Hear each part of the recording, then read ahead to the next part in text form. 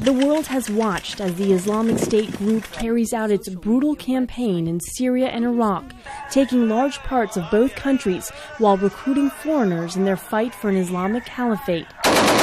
Now, months later, President Obama is putting America on the offensive. I've made it clear that we will hunt down terrorists who threaten our country wherever they are. That means I will not hesitate to take action against ISIL in Syria as well as Iraq. This is a core principle of my presidency. If you threaten America, you will find no safe haven. Mr. Obama spoke directly to a war-weary American public late Wednesday after the recent beheading of 2 American journalists by the militants in videos that confronted Americans with a new threat.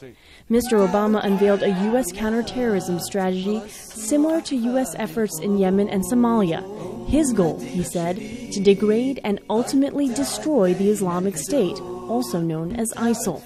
The president announced the United States will now go after the militant group's safe havens in Syria, while increasing military support to the moderate Syrian opposition fighting both the Islamic State and President Bashar al-Assad's regime.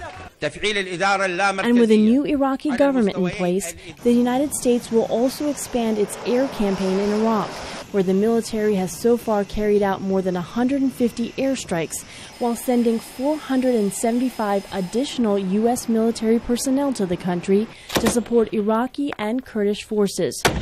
But the president was clear. I want the American people to understand how this effort will be different from the wars in Iraq and Afghanistan.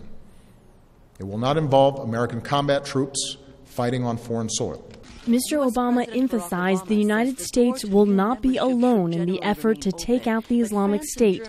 NATO allies and, more importantly, regional Sunni-led governments, including Saudi Arabia, are expected to play a key role. Secretary of State John Kerry is in the region, seeking to develop the coalition. But in order to ramp up U.S. military aid, particularly to the Syrian opposition, the president first must go to Congress.